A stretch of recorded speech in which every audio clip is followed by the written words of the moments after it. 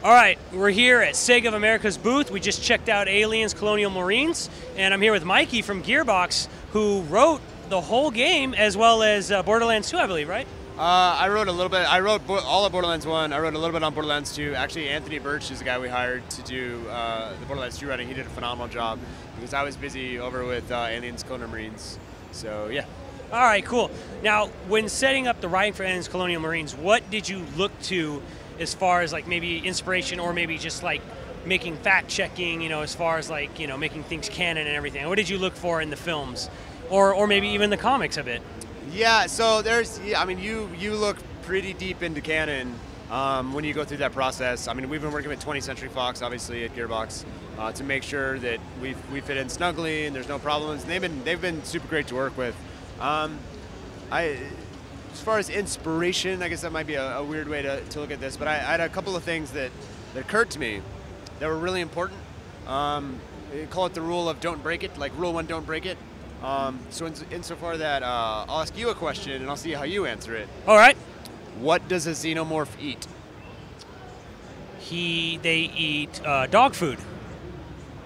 Creative answer is wrong, but you know, no, but it's the stuff like that where they clearly have some sustenance of some kind that keeps them going, but they never really answer that because there's a mystery to the aliens. So it's stuff like that. Like if I came along and I was like, actually, it's carrots.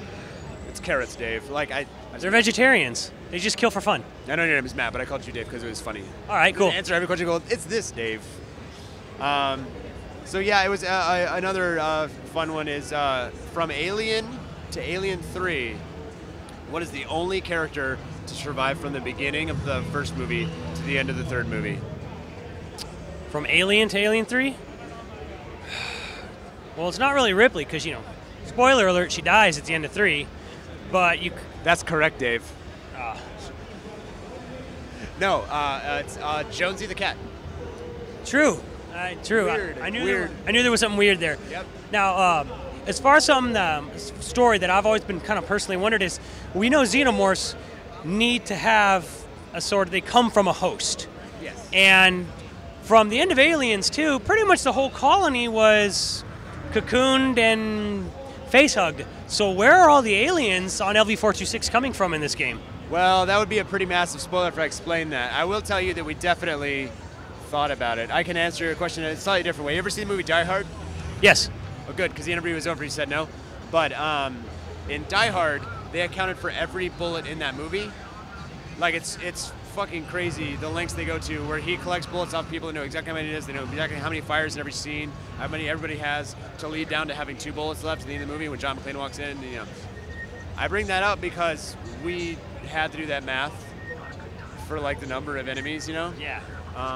So yeah, I can't. There's a lot going on, and I will say Weyland-Yutani is definitely involved in what's happening on LV-426. But I'm not going to say too much more than that. So it is addressed, though. It's not just kind of like, well, there's aliens there.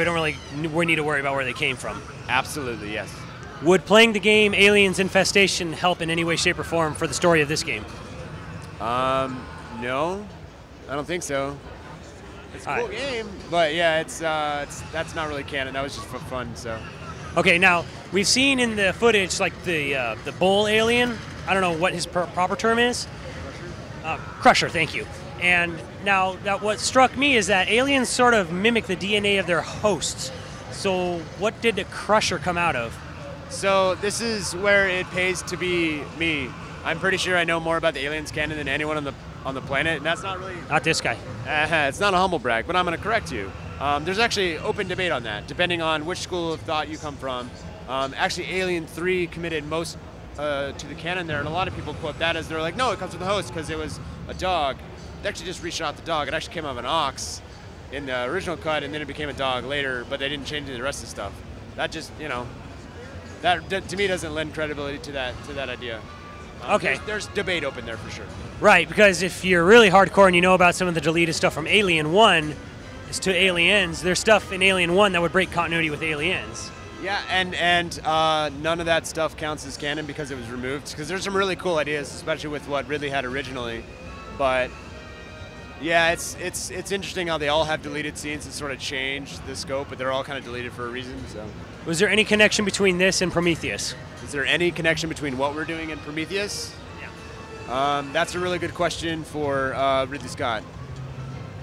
All right. They'll stab me if I talk about Prometheus. Now, as far as I don't know how comfortable you are answering questions about development. As far as like gameplay. I am a developer, so. Right. We played the game and we know it's coming February 12th, 2013, and we just wanted to know like is the build here is still very work in progress, right? Of course, yeah.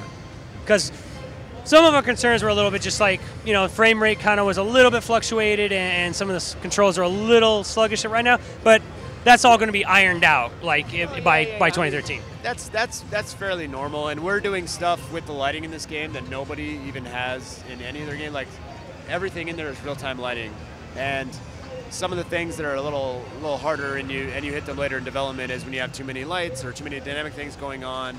It's a kind of a mathematical clusterfuck.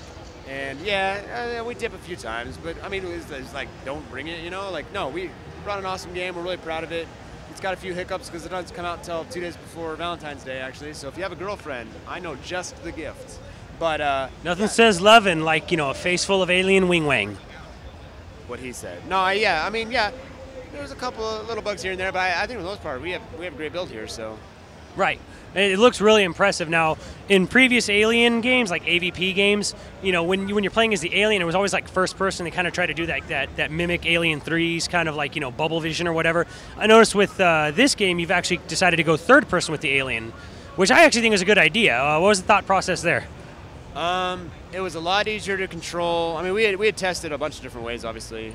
But it was pretty clear quickly that third was the way to go. It's a lot less disorienting because you can walk on any surface and trees, all that kind of stuff.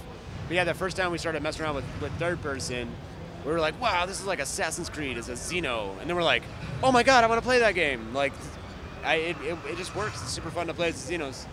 Did you ever personally at any point in writing want to just say, screw all Alien movies past Aliens? No, maybe a little. Like Alien 3 presents interesting canonical challenges because there's a lot that happens in that movie, and that was the cool thing about working with Fox is building into that canon. We actually found out that Alien 3 gave us a lot to use, not as much as we got from Aliens, obviously, but there's a lot of stuff that maybe the things people don't really realize about Alien 3, and I remember, I forget, it might have been Brian Martell or Randy, it was one of the two, or both of them, I don't actually remember, but he was talking about, when my script got in the first time, he's like, wow, you made Alien 3 better. And I was like, I'll take that. That's a good compliment. Yeah, it's awesome. That had a very, very troubled production. Yeah. All right, so is there anything you can tell us about the Wii U version that's coming? I'm probably not the best person to talk to about it. I can say that it's cool.